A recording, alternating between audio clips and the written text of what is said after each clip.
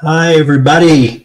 Welcome to the John Drop. Sorry, I'm a little late. This was a busy week for me at work, but I did want to do something. And the crazy thing is I had a show prepared, and but I keep feeling like I got to add some other stuff in there for some reason. So I don't know if it's because one person may need to hear it or several. I'm not sure, but I'm just going to go with it. But I just want to thank everybody who either joins or watches it down the road. And again, whether it's one person who watches or a million, it doesn't matter. Anyone who receives the message, I hope you receive it and I hope it helps you. So just before we get started, I just wanted to show a couple of things. Is that at the end of the close to the end, I'm going to do one of the grab avoid codes for financial abundance. So it's a book that I wrote, which is the frequency formula. And it's on Amazon and Kindle, and I am going to have it on Audible soon. I just got to I go through the process of getting a narrator. So we'll see, because I don't know if people want to hear it be read in my Brooklyn accent voice. So I'll have to get someone who speaks well. So that's my book. And then, oh, you know what? Let me share it. So there it is. Now you can probably see it. So that's the frequency formula, and that's how the whole cover looks. I wanted to show you the whole cover. That's kind of what I have usually see, the part with my name on it. But this is the book, and so that's that one. And then also, I want to show you. Lisa wrote a book, and then she has her website. So I just want to show you here her website. Just before we get moving, so everyone who jumps on gets to see this first. And on her website, oh, this is it. Well, this is her book. So her visions of shadows and stars.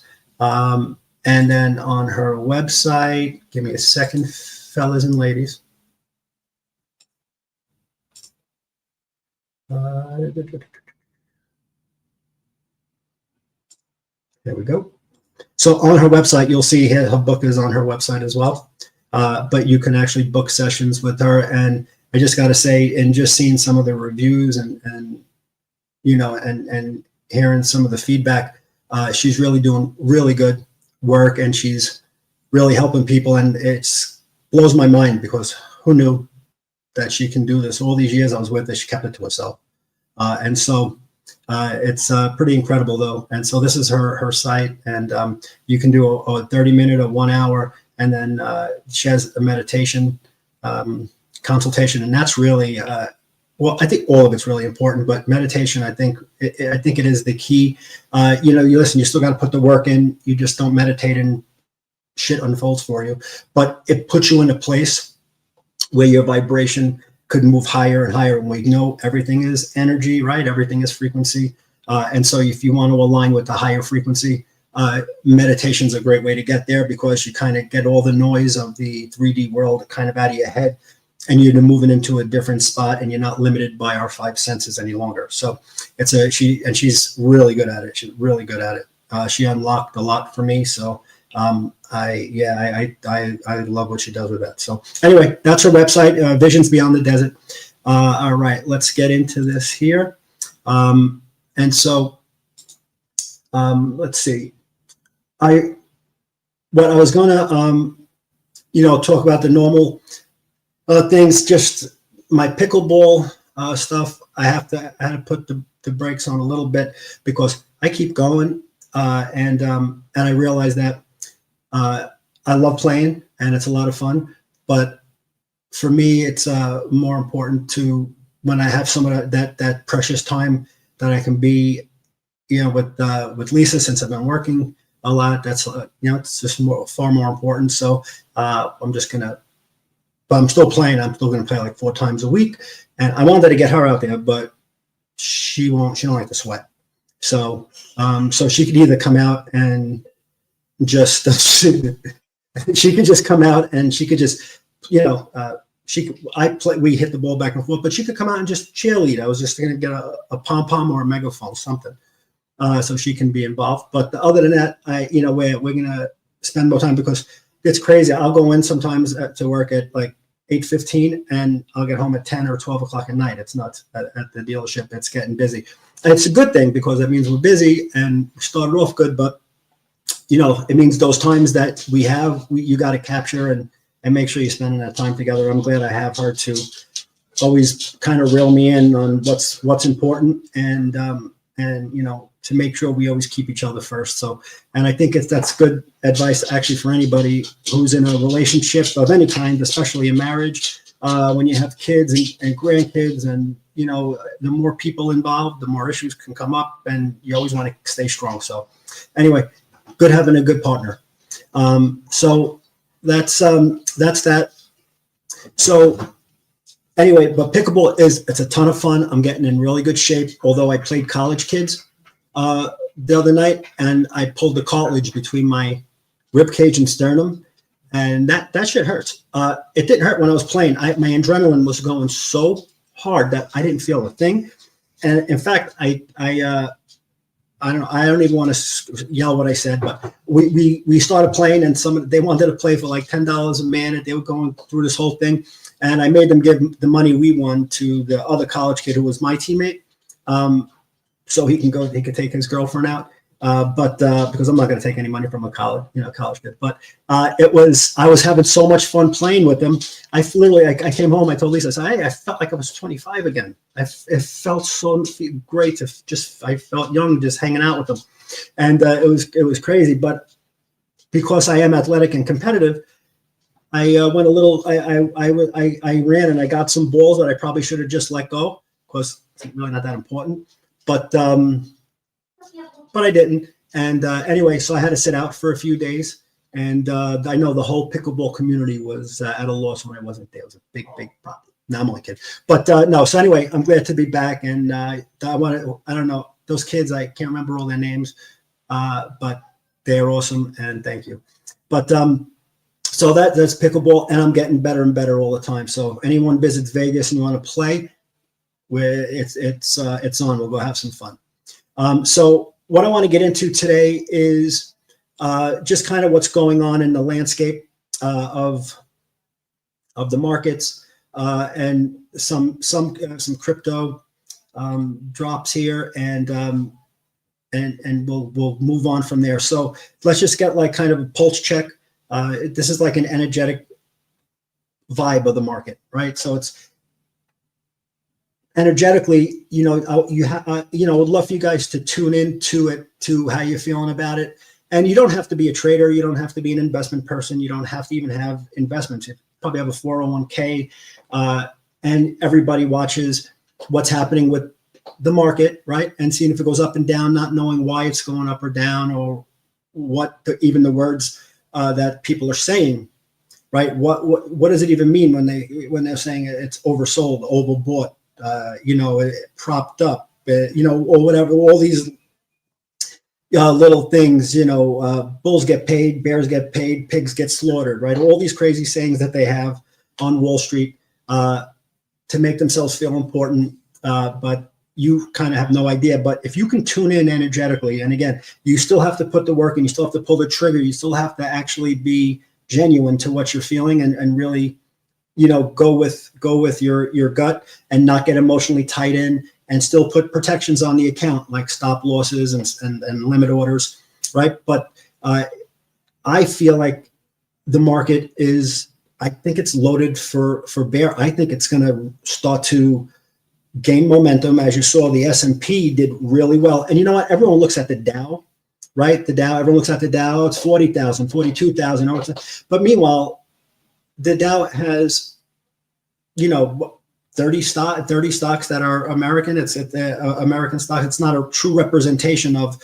America. Really, what the true representation is, if you want to look at it like companies that are huge in America, and what we would want to look at to see how the American economy is actually moving is the S&P 500, right? Because that's 500 of the largest companies in America, and that's the index moving up and down of those companies. So those are the companies that really have the products in all the stores and what we do. And as when we go out and we see the money, kind of rotating around and being put into the economy, these are companies that are that's where the money's landing, right? That these Fortune 500 companies, right? And within them, of course, are the Fortune 100 companies, the top 100 companies, but it's all encompassed in the S&P 500. So when you see the S&P starting to move like it did, that's a better representation of really where America stands, in my opinion. You may think different, but I think that although I think the media is making it like everything is so chaotic and Trump, President Trump is chaotic and he doesn't do his processes are chaotic and his people don't know what's going on and we can't believe it. He just throws shit at the wall and for some reason it sticks and he's stupid. It's this and it's that. They keep pushing that on everybody and keep pushing it and pushing it and pushing it. And if that's your only way of finding out the news, you are going to go down a depression hole because you're going to think, what is happening? When if you just took a step back and actually saw that it's not chaotic. It's just we were in a very, very, very rough market, a very rough environment. And I think due to the last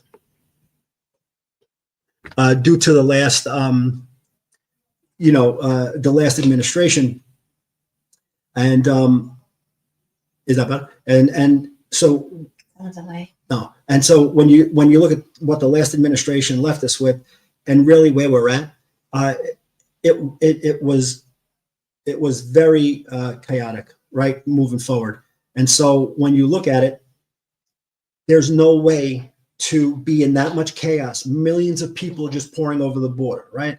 The printing money hand over fist, all this stuff. We don't have to keep going through it, but all the things that were going on over the last 4 years, he comes in and you have to realize there's going to be a period of that kind of shaking out because he's changing policy, but you don't just change policy, right? Like you don't get if you're sick and you have a fever, you go to the doctor, he writes you out a prescription. You don't take the first pill and your fever's gone and you're out playing ball again. No, that's not right. You got to take it. It's got to start to work. Your fever may get a little worse because it's running through its cycle. And then the prescription, right, for that problem starts to kick in and it'll start getting better. And the stronger the prescription or the better the plan, the better the process, the better the leader, the faster a result will come. And so when you look at, again, if you take the border, relatively within about a week, a couple of weeks in, the border had like a 95% improvement right away. It went from millions or hundreds of thousands crossing every day to like 100 people, then like single digits. And so how did he do it? And we couldn't get it done before. What was the difference? The difference is one wanted to do it and one didn't. So how you doing, Annette? How you doing, Jace and Alexis? How you guys doing? Thanks for showing up. I was trying a different time figure early on Sunday here, but maybe East Coast it'll be a little bit later. See if there's a different audience. And talking about financial abundance with the Grabavoid codes. Hopefully, me and Jason and I may have some great news soon. We'll see. Right? Keep it under your hat. Anyway. So just to get back in and get going. So really, where the market is, again, it's really not chaotic. And if you go into even the crypto market, they're doing what markets do, right? So if they were doing something totally different, I'd be like, this is chaotic.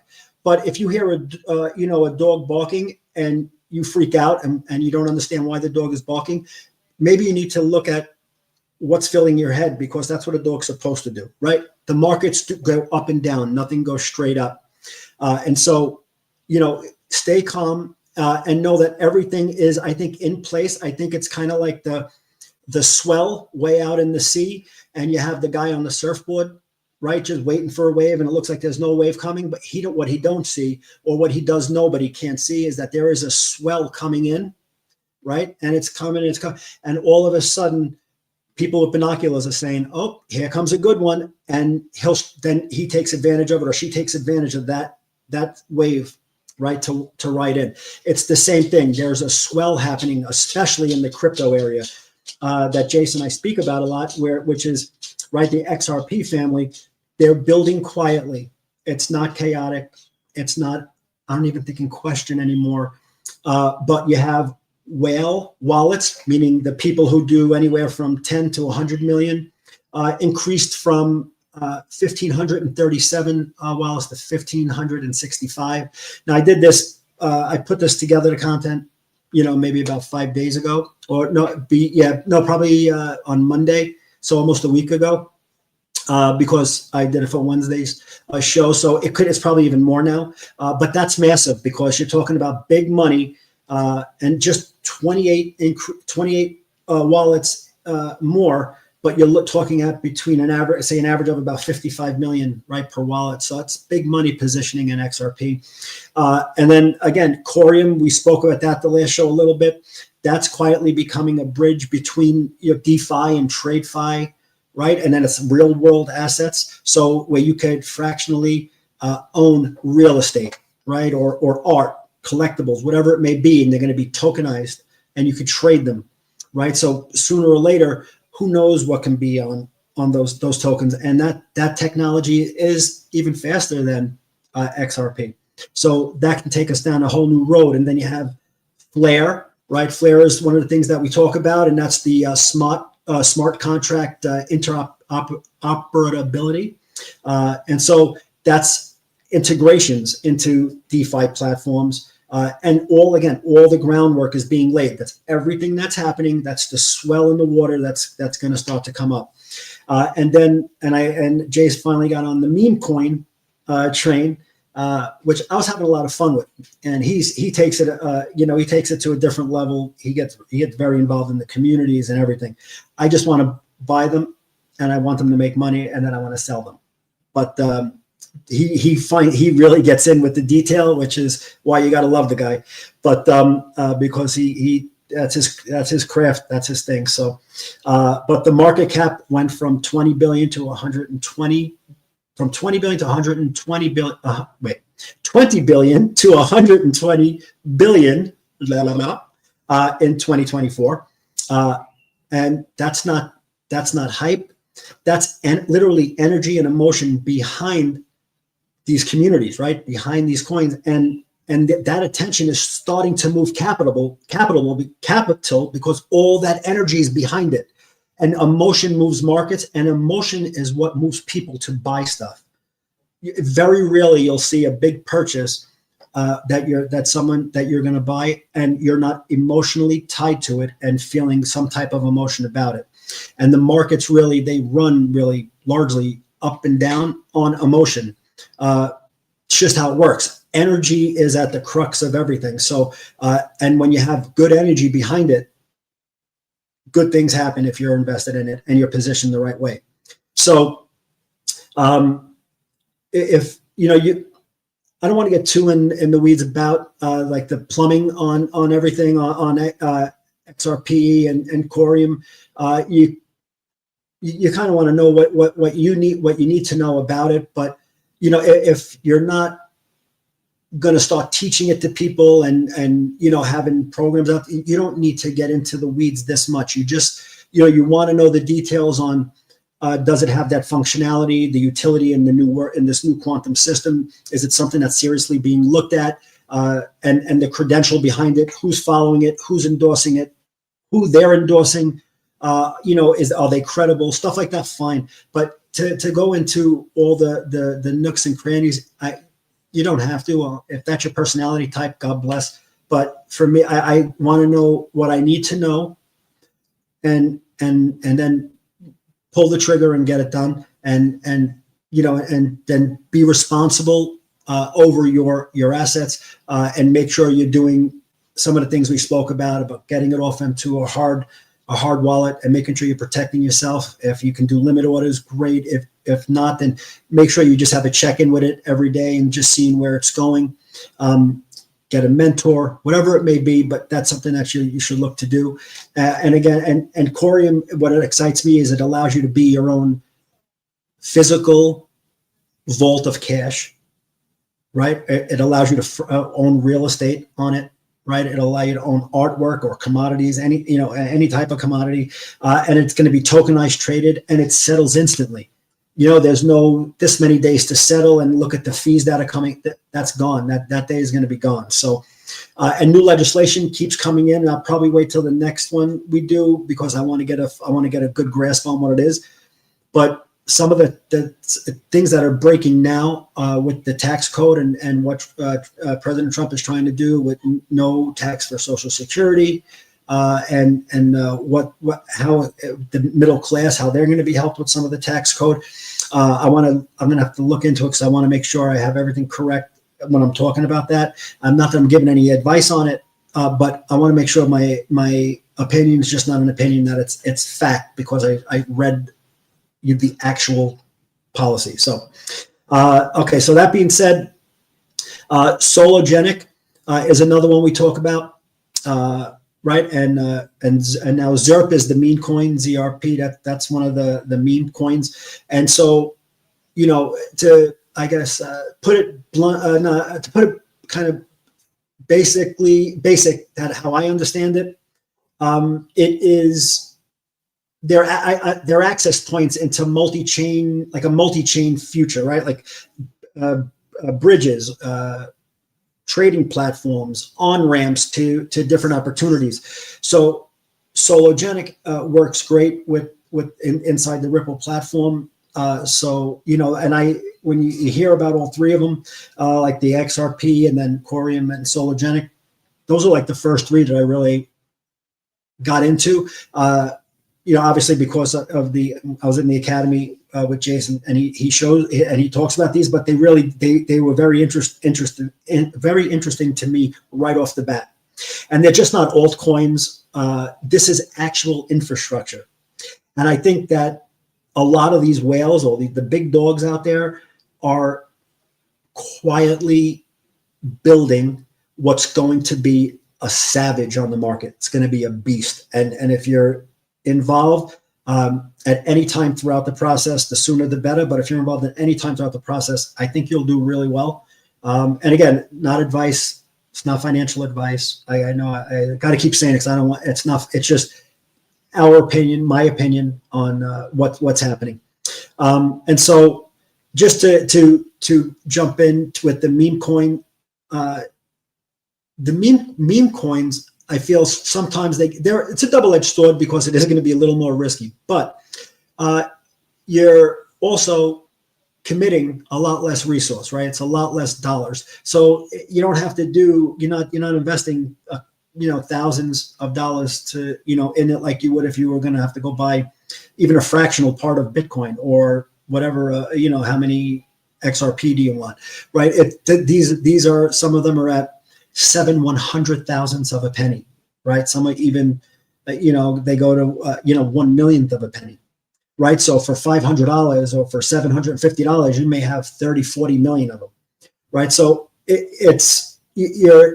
look at it like you can't get hurt falling out of a basement window. So if it went to zero and you lost $500, $700, does it suck? Yes, but if that's going to put you out of your apartment, then I would say don't invest that much. Don't invest that. You start out with maybe 50 or $100, right?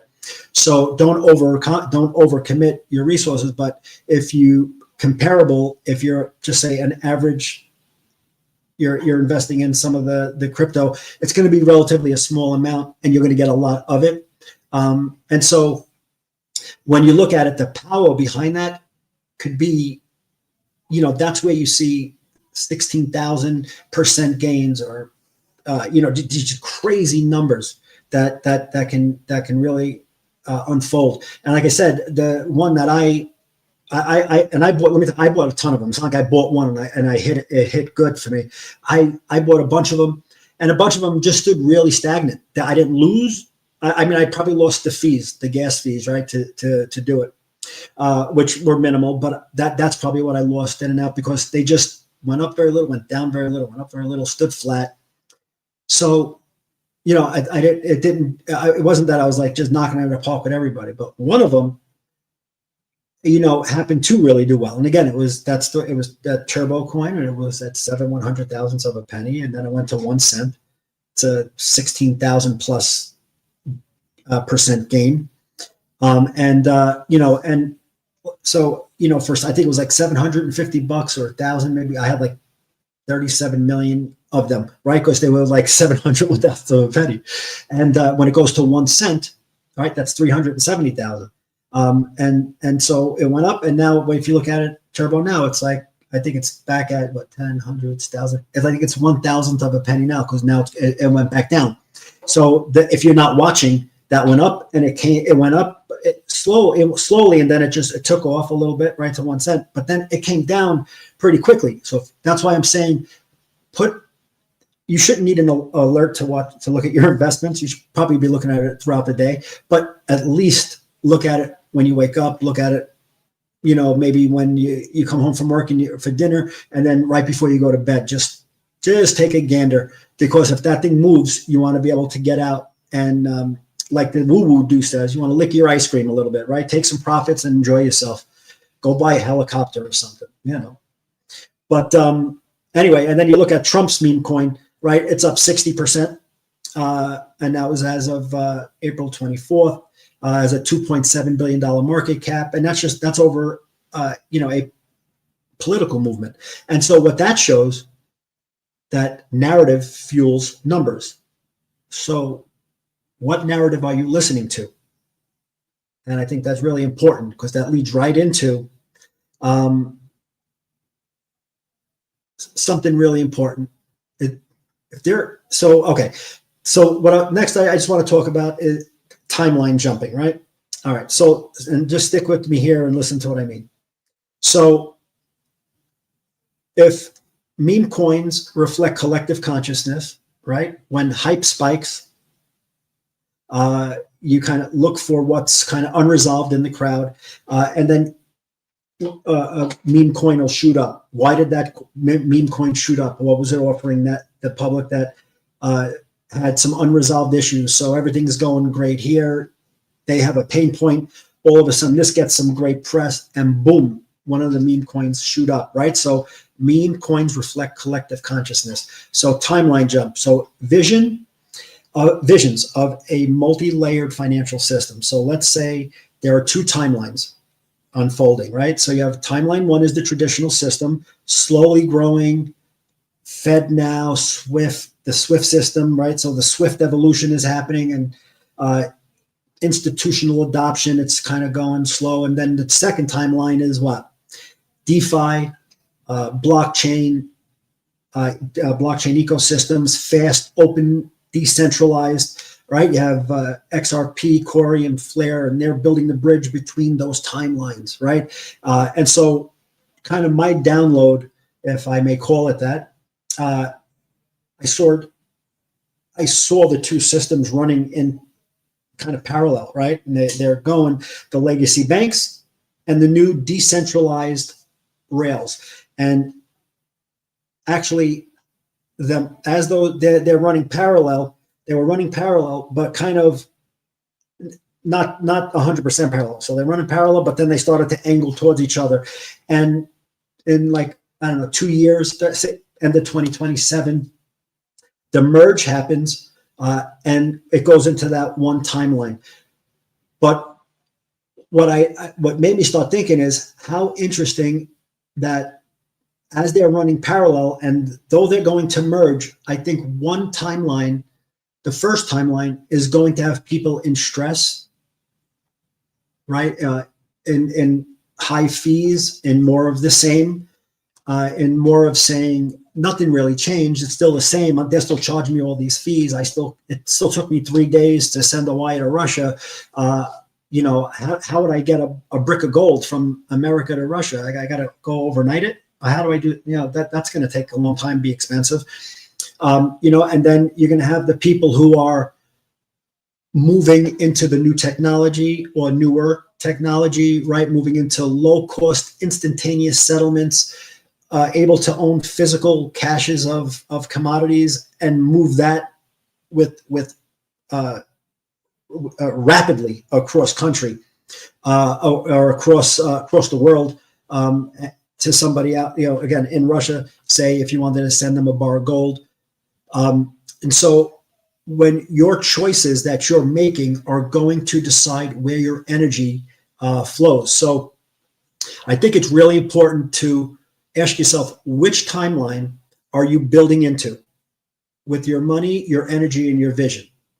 So what are you doing now? Are you building the same tired timeline that got us here into this financial mess, to almost the collapsing of our dollar, corruption, printing money, all the things that you hear happening? How long are you going to build into that because it's comfortable, because it's what we've been known to do? And I'm going to show you, because I'm going to switch off the market soon. And what I feel like I needed to talk about, even though it's going to probably sound a little choppy because I wasn't prepared to talk about it until this morning, and it started to pop in my head. And I just figured if it's coming to me, it's coming to me for a reason. But, if your patterning and your energy and your vision is going to be that timeline one, you're going to get all the same things because nothing is changing, right? But if you move into the newer technology where it could even affect governance, right? It can even the blockchain can even help in elections to stop fraud, and it could move in a rate where it could have every American sovereign over their own stuff, right? With no fees or very little fees, and instantaneous movement, and feeling like you actually do have control of your own money, right? Not that you have to go to a bank and beg them for your money back when you need a withdrawal.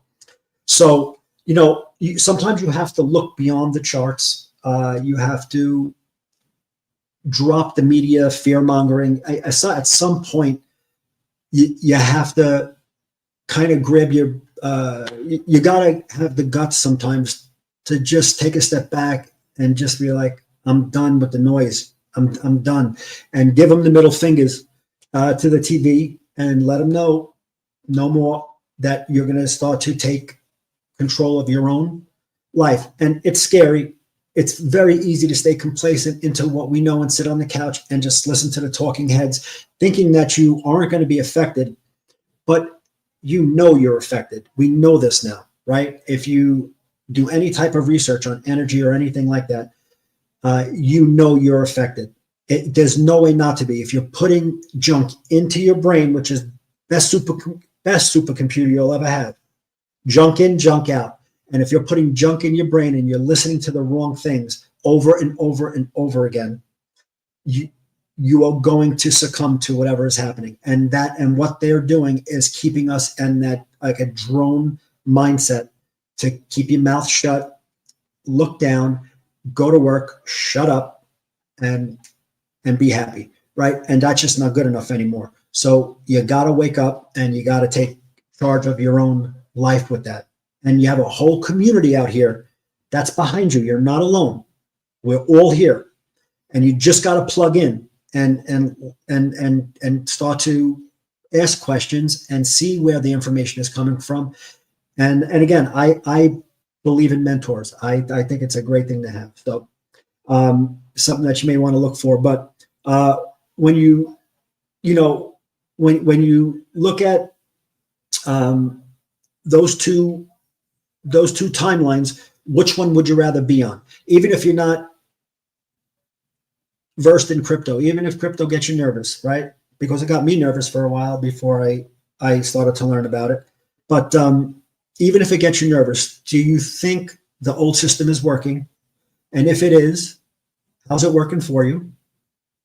And if you're happy with it, then God bless, and I wish you all the best. But I am not. And I think that if we're honest with ourselves, I don't really think anybody is. I think moving forward, I think there's hope on the horizon, and I think it's a great thing. And I think that we are going to see great times ahead. And it doesn't mean that every day is great. It means that we'll have great times long term, but we're always going to have pain points, pullbacks. Things are going to come up and happen, but we just got to be hopeful that you always keep yourself in a position to be recession proof, right? To be in a position where you're keeping your health up, right? You're meditating, you're eating the right way, you're working out, whatever that means to you, saving money, or maybe investing some money. You're doing what you need to do. So during the bad times, you're not taking a hit right on the chin, and that we have some good leaders in place that put America first, and start to dig us out of a hole, or at least the hole don't get too deep. So what I'm going to do is, so that's what I'm going to leave it there. And I want to say this. For whatever the reason, again, I started to get things popping in my head right away, and I just feel like it may be someone needs it. So I'm just going to share this screen, and what it is if someone, I think we have a feeling today, because we're like this, the 30-second microwave generation, now even faster, right, with all the shorts. But what I think happens is when we go through a tough time in life, we think that's our life, that our life is shit because of this one moment that we had.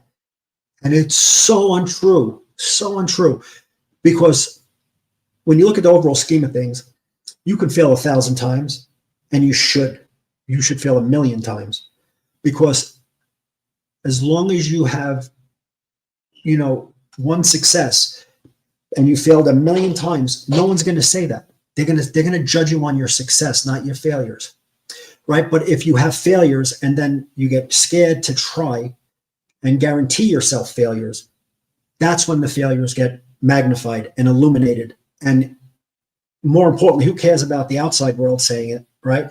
But they get magnified in here.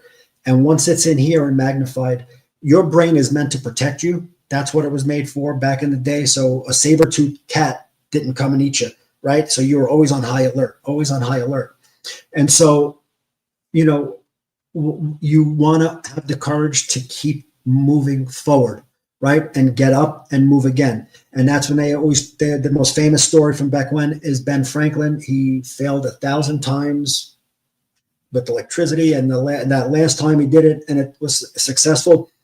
And his actual failures are a motivational story now. And really what he's judged on is his success of that experiment, right? That's what so you can have 1,000 failures. That's fine. When you finally do succeed, and you will succeed if you keep trying, and most people give up probably a time or two before they're going to have massive success. So you have to have the wherewithal to have that confidence and faith in yourself that you were put here for a reason, and you got to keep putting one foot in front of the other. And if you do so, you will come out the other side. And when you do, and you have that success, that's what you'll be judged on. And so what I wanted to show you is this. I'm going to show you a couple of videos, and I just wanted to keep this in perspective. Again, it's a time in your life. It's not your life when you go through a bad time, right? Just like when you have a good time, that's not your life. That's a time in your life. And you want to look at it that way so you can stay balanced and see what you did on each time. So when you had that success, great, what'd you do? But I bet you behind that success, there was a failure, and I wouldn't call it a failure. I'd call it a learning experience, because what you've learned there hardened your calluses and built a muscle for you to have that success. And so you need those challenges and those learnings if you're going to keep moving up the mountain. If you don't, you're going to start to plateau, and plateau just means you're going to start to lose ground because everyone else is moving. Just something to think about. So I'm going to share this screen with you. And I just thought it was a good depiction of what I'm saying here. Let's see.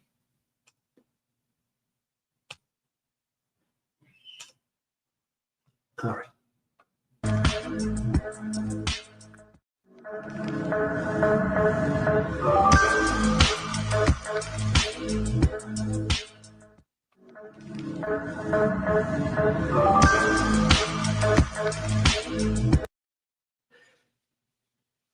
So when you take a step back and you take a deep breath, that's when this pans out, right? But when you're up close and you're in it, in the challenge, it feels overwhelming and it feels just all encompassing, and it feels like you're being smothered by just bad luck and incompetence and every negative thing you can say about yourself, right?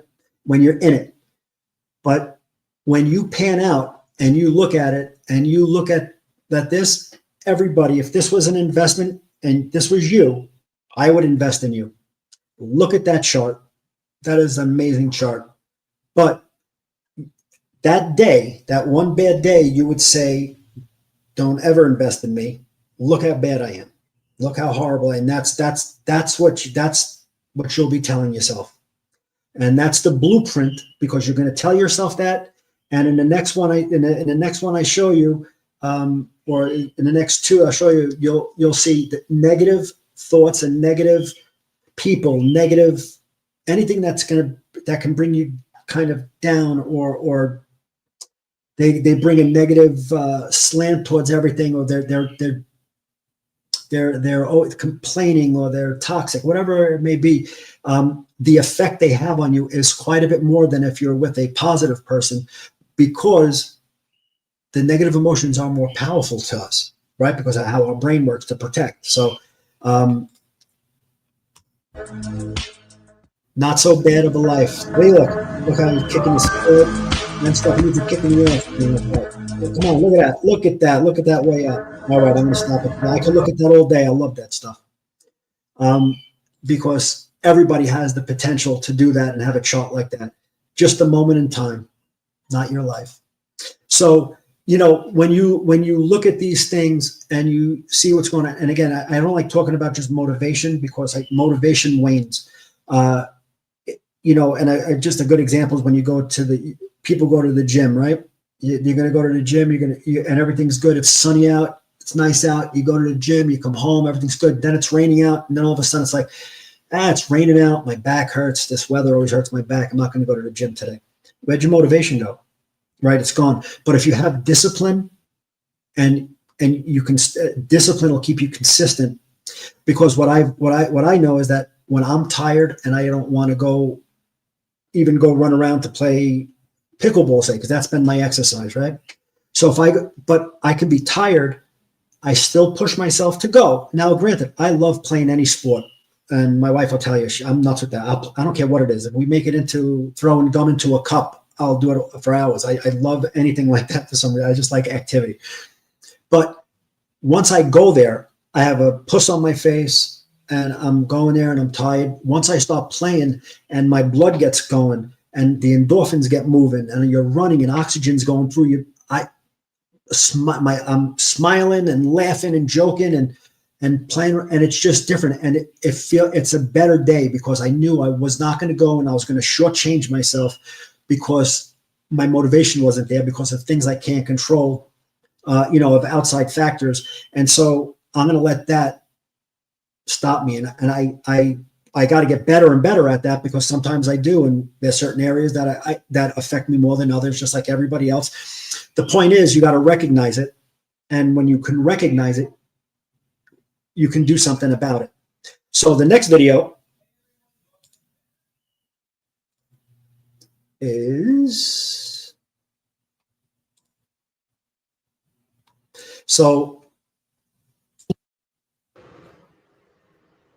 sit within 25 feet of a high performer, your own performance improves by 15%. Here's the kicker. If you sit within 25 feet of a low performer, your own performance decreases by 30%. This means that our negative emotions are more contagious. That if you're around people who are low performers, whatever that means to you, who have negative cues, who are feeling anxious or tired or low confident, you could catch those cues, and that affects your own performance. This is why it is incredibly critical to invest in the 5 people who you spend the most time with. You want to make sure those 5 people are the cues you want to catch. Do you like the cues they're sending? Do they give you the right motivation, feelings? Do they make you feel liked? Do they make you a better version of yourself?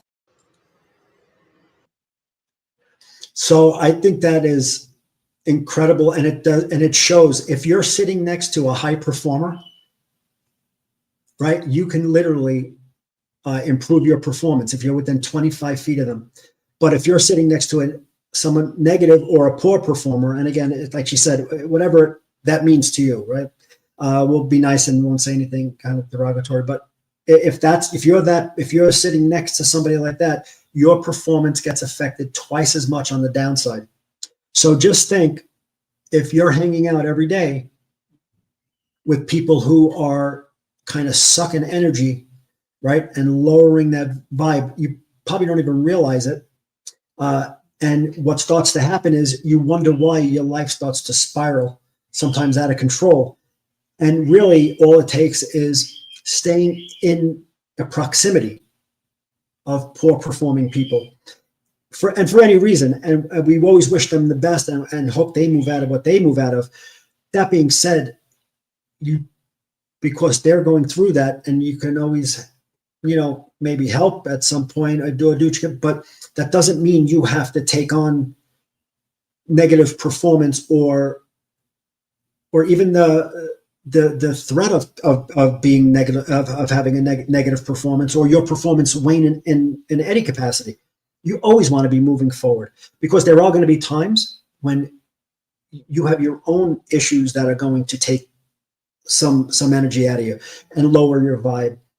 So until you can, break that pathology and start to come back. And so during those times, believe me, those people who can lower the poor performance, they can't help themselves. They're never going to help you when you're in a bad spot, right? So you're going to sink, and you're going to have to try and get up, and get your head above water on your own. If you go, so don't, be protective. And this is one of the things I have to work on for me.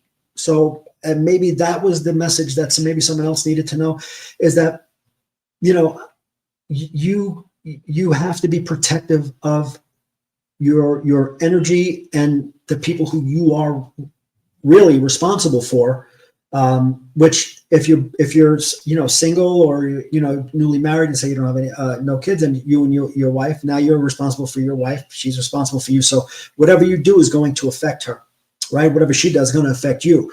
So you have to start looking at it that way. And it's hard to even I wouldn't even fathom that would be an issue until you're in that situation and that starts happening, and you start to look everything in your life. You feel like you're starting to you're going like someone flushed a bowl, and you're going around. Oh no! You're just like something. You're flushing down because you were doing well for so long, and then all of a sudden the wrong people come in to your life, and you let them in. It's your choice. You don't have to, right? But for whatever reason, you do, and then your life within 12 months gets upended, or because it happens quickly, right? And so I just think that video was just it really put it in perspective, and it really drives it home. And that's what science behind it, because they do a lot of groups, and they see how performance works with poor performers and top performers. So I think it's really interesting. All right, and so the next one I got.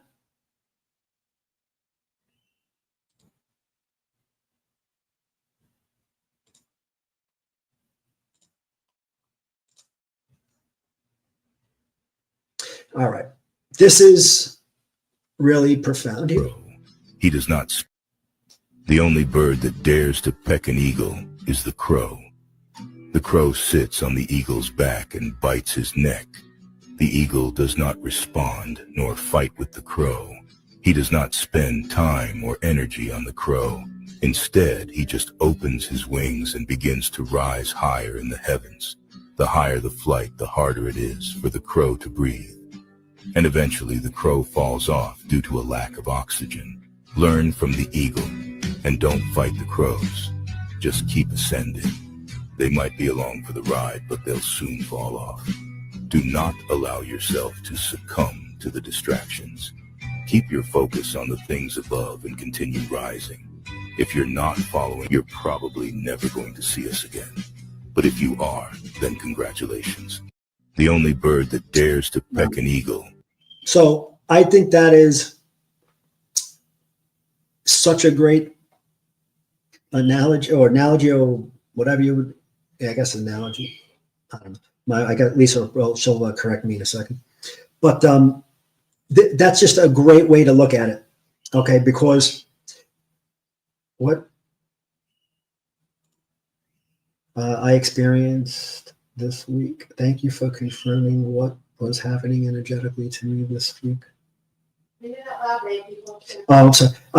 As from Annette, I experienced this week. Thank you for confirming what was happening energetically to me this week. So, oh no, great. You know what? I don't even. This wasn't part of the thing for today. The show for today. I had other stuff on the market, but I don't know why this came up it popped in my head, and I just got to go with it. I'm telling everybody to be, follow their gut and intuition. So, I need to practice what I'm preaching, and so that's why I wanted to do this. And I'm happy that you had some type of confirmation, Annette. And I just really I think that this is so important, especially during these times, to really protect your energy, and that it's even about with family, and that's a hard thing for me to say because it's an Italian family growing up where I grew up. You sacrifice almost yourself for your family. That's just how it goes, and it doesn't mean you don't love them, and it don't mean you want the best for them. But you have to be protective of your energy because, unfortunately, not everybody. That's why, opportunity of equality of opportunity we want for everybody. Equality of outcome you can't force because some people are going to work harder than others, and it's not fair to say this guy puts in 10 hours and this guy puts in 5 hours, but give him the same pay. Because one guy's willing to work more, he will be more successful over time. And he deserves it, or she deserves it. They work harder. But so it's with this too. If you're working on yourself, if you're listening to podcasts, try to see if you can get some clarification. You're doing sessions and you're trying to meditate, and you're starting to grow and you're learning different things, and you realize you're on the right path when the average people or the normal people that are always in your life, right? All the people that surround you start to think you're crazy, right? Or they start to kind of back off because they don't understand, why you're not, so enraged all the time, or why you're not talking so, bad about people if they, whatever, if they get annoyed, they lose their temper right away. Why aren't you losing your temper anymore? We came from the same place. Why are you not doing, we're acting different. What? Because we're growing, trying to stay in a high vibe because we understand something. We try to share it, but those people that think we're nuts, right? And those are the people that are going to be around us all the time. They're on their own time frame. They'll have to get there sooner or later. And it doesn't mean we can try to help them move forward. We can put it in their field. We can talk to them about it just so it's there. But ultimately, they got to do their own work. And you cannot have equality of outcome because everybody's going to put a different amount of work in and take it either very, very seriously or be half-ass about it. It's just how it goes, right? So I think that, you have to be very protective of your journey and what's happening. And again, it doesn't mean we want to leave anyone behind, or we don't love our family or friends or humanity. It just, everybody's on their own timeline. We always want to help. We always put a hand out and extend an olive branch, but we need to be looking up too, because we never have all the information, and we need to be looking up. We need to keep growing, right? So as you do good, you can always put a hand out, but you need to have your hand up right? Because you need to keep ascending, just like that guy on the chart, right? You know, just not only when you're going down, but you have to realize that's just time in my life, and now I got to start ascending again, right? And all the people that are crowing at you and nipping at your neck, right? If you keep ascending and you keep moving forward and you keep getting more successful and doing better and better and better, they will fall off because they too will suffocate, not from lack of oxygen, but from a lack of you feeding them their drug of choice, which is negativity and chaos, right? And drama and all those other words that put like just a wet towel over ascending, right? High vibe, success, happiness, being grateful, never grateful, right? Those are those people. And you don't have to waste time fighting with them. Choose not to engage because you're on your path to move forward. And either they want to get on board and learn, and you can tell them where to start and they can keep going and use you as a mentor, or they just fall off and let them go find another eagle, right? To go jump on their back. And hopefully that eagle understands that they just got to keep doing better and better. And sooner or later, that crow that is crowing at you and trying to keep pulling you down is going to fall off their shoulders. And it's just how it goes. And they're like the famous saying, the lions don't care about the opinions of the sheep, right? Why are we fighting with them? They literally, they only impact your life if you make them impact your life. And it's just very, very, I think it's probably the most important life lesson you can have. I wish I knew this when I was 20. Unfortunately, I learned it when I was 54. That's what it is. All right, so that's that one, and I think I have a few more. By the way, that's a beautiful eagle. This is okay. So yes, this is so I'll do this one first. So this one is.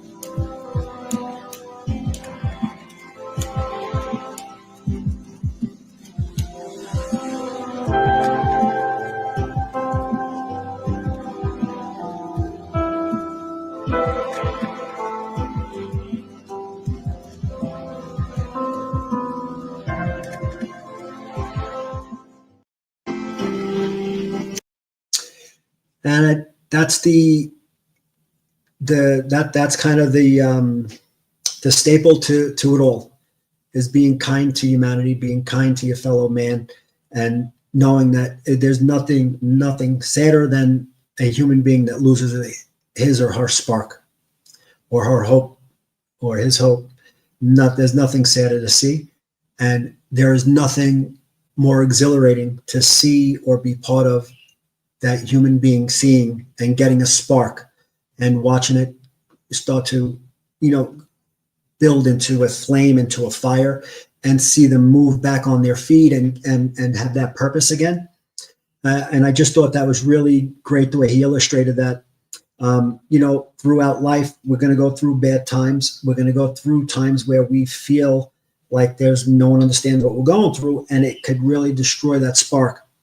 And sometimes you need somebody sometimes it's just to acknowledge you exist. Sometimes it's, to maybe say the right thing at the right time, whatever it may be. But when you're that person who's giving a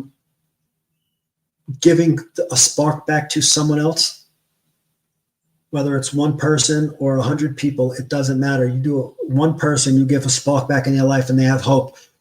There is nothing like it. And that hits for me really deep. I I think it's to watch people kind of blossom, after taking a beating and really, going through it for whatever reason, they didn't handle it the right way. They let it get to them or whatever it may be, or over time, it just was, a lot of trauma.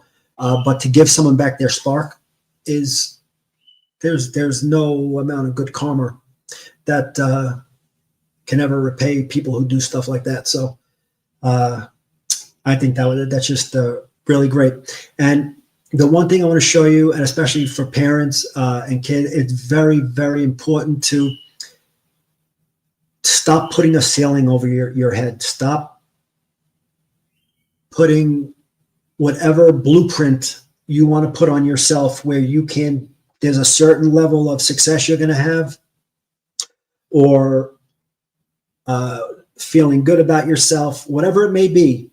I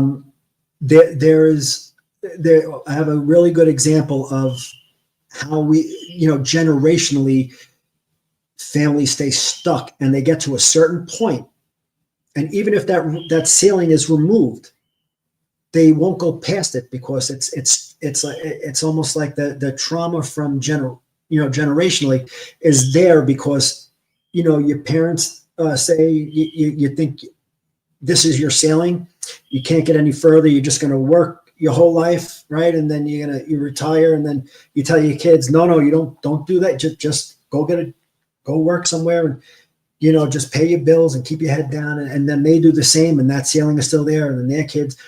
And it's a really good illustration. I'll show you the video. First, I just want to read this from the net. Yes, equality of outcome. I can't do the work for them, but this week I was in a temp work situation, and it was a deflating experience, energetically, even though work to protect my energy. Let me see, deflating experience energetically, even though you were, okay. So you tried to protect yourself, but hey, that's going to happen. We're not impervious to, to outside stuff. I mean, timing is everything. So depending on where you're at in life, so I can tell you where I'm at today is far different than where I was about 4 months ago. So 4 months ago, I was, pounding pavement, and if I would have got hit with something or something would have happened, it would have probably affected me in a far deeper way, to make me feel bad about myself and make me feel less than, and make me feel like I was unsuccessful. Although most of my life I did really well, I would have felt like a failure, right? Because of that one time in my life. But now, just a few months later, and I'm back to where I feel like my mind is. I'm getting it's stronger. Where it does. I don't care what outside people say, because it just don't matter. It don't matter anymore, or whatever a situation is, because now I feel like I can move through it again. I feel like I can move through it again. So we all go through a lot of those things. We have to identify it and move out of it. So I'm sorry you went through that last week, and hopefully something that we do today could maybe give you some tools to see it come in, or move out of that type of feeling faster. Because sometimes if you can do that, instead of having the environment affect your attitude and mindset and deflate you, your attitude and mindset could be such a steel trap and so strong that you could actually affect that environment. And the people there that are miserable bastards, right? They can start to move into a better place because of you. And that's amazing when you can do stuff like that. And you can do stuff like that. So the last thing that I will show you is this, and this is a great depiction of what I was just talking about generationally.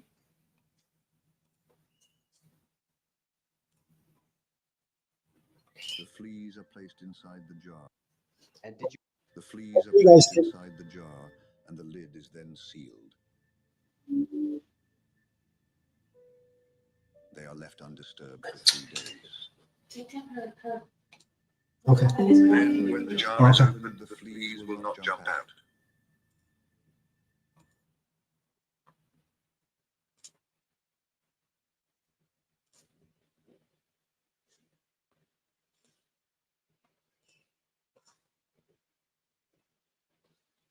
No. Oh, yeah. Sorry.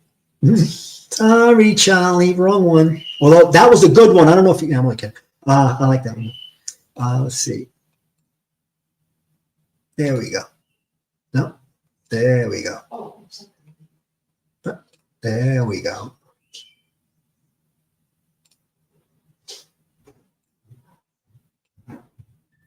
In fact, the fleas will never jump higher than the level set by the lid. Their behavior is now set for the rest of their lives.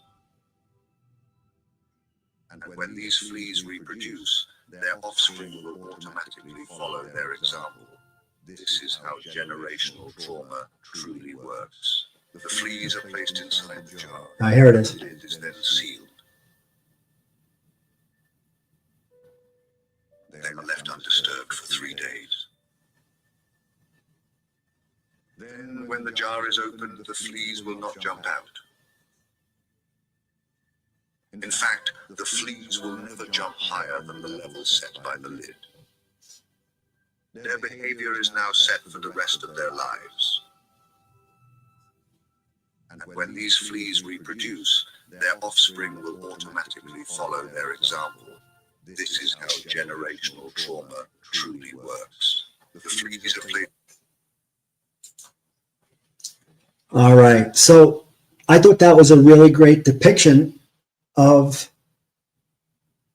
you know, of that thing. Although it took me a while to get there, right? And that, but that isn't that crazy? When I saw it, I was like, holy cow, that's really, you know. And it what happens is you start to get a blueprint, meaning who you are in your head, right? So you get a blueprint of who you are, and so in that thing, in that depiction, right? You have the fleas that at first when you see them in there before they put the cover on, you can see they're jumping out, right? They're jumping higher than that. So sky's the limit, right? But then they put the cover on for just 3 days. 3 days. They put the cover on. Now for a flea, 3 days may be, I don't know, 10 human years, who knows, right? But that lid that's on from whatever trauma, say, your parents went through or grandparents went through, and that's kind of the ceiling you think you're at. And so when you look at the fleas, when they put that on, those fleas started to put a blueprint in their little flea brain, right? That this is how successful, or this is how high I'm able to jump. That we're able to jump, right? They can't jump any higher. This is it. Even though we know that before that lid was on, they were popping out of that thing, right? So it happens to a point where all of a sudden now they unscrew it, right? And now even when they're not even in a jar, they will not jump higher than what that jar lid was. Now, maybe if you want to compare it to the humans, out of all those fleas, let's say there was 1,000 fleas or 100, whatever it may be. Let's say 3 of them decided to jump higher for some reason to get out. And those are your stories, like, you know, your Bill Gould, who with Equinox, who went from being homeless to on a cover of Fortune, 100, right? So, or like those type of stories, you may get 1 or 2, but the blueprint that is put in your head from years and years of kind of being drilled into you, what you can and can't do, and more likely what you can't do. And it's not that your parents or it's being done to hurt you. Your parents are giving you that information because they don't want you to get hurt, and so they try to protect you. But what they do is they make your world small of where you can go. And I look at it, and I go, I have one friend that in and out of jail. He was in and out of jail, and every time he gets out of jail, he starts a business and he makes a ton of money. Right? He's an entrepreneur. His father was an entrepreneur. He was the only one of us that was rich. None of us were rich where I grew up. He was the only one. His father was rich, and he moved to Rockaway on the same block as Jordache, and we used to go over there. He had a maid. We used to have fun over there. But he was the only one, right? And it's funny how he is very entrepreneurial. And even when he went to jail, got out of jail, started a business, got very successful, went to jail again, got out of jail, started a business, and was very successful again. He didn't have that programming in his head that you just go get a job and that, because he would have been like almost everyone else that goes to jail going, no one will hire me. No one's going to hire me. What am I supposed to do? You don't leave it up to other people. You go and do your own thing then, right? But his blueprint was like his dad did. And not that, that's probably the one positive he got from his dad, but, so you can look at that blueprint and then, with me, I always use myself, so I'm not above it. But, I go get a city job, work for 25 years, and then you get a pension, right? That's it. No, you don't got to go. Don't start your own. Don't start your own business. It's always, they always fail. It always fails. Go get a job, and so that was my sailing. Right? Was that. And although I always had the urge, I always had it in me where I wanted to start a new business. I wanted to be my own boss. I wanted to build something that I can have my kids come into and my family come. And it's not an excuse or a reason, because we all make our own decisions, and it's not it's nobody's fault.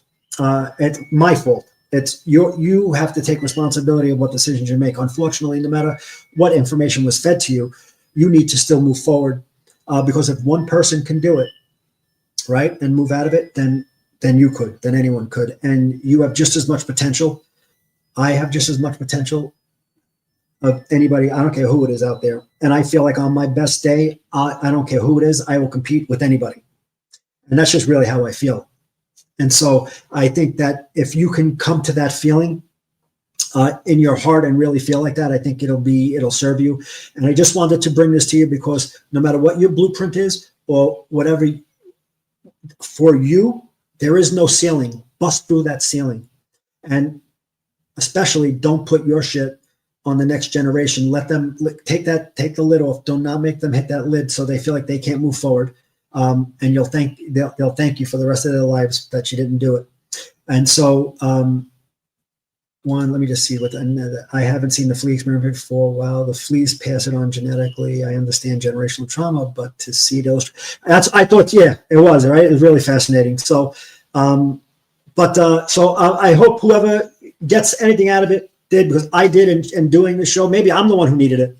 Who knows? But I'm a little over time, and hopefully you guys see it and it gets out there. And if it helps anybody, that's great. And if anyone has questions, please let me know.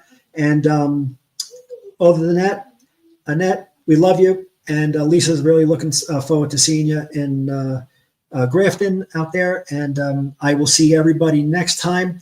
And we'll see you tonight. We're doing our deep dives at 5 Pacific time. So me and Lisa will be on, and we have a fun concept that we're going to do. So everyone, it's going to be fun. 5 o'clock Pacific Standard Time, deep dives in the desert with me and my beautiful wife. I love you all. Take it easy.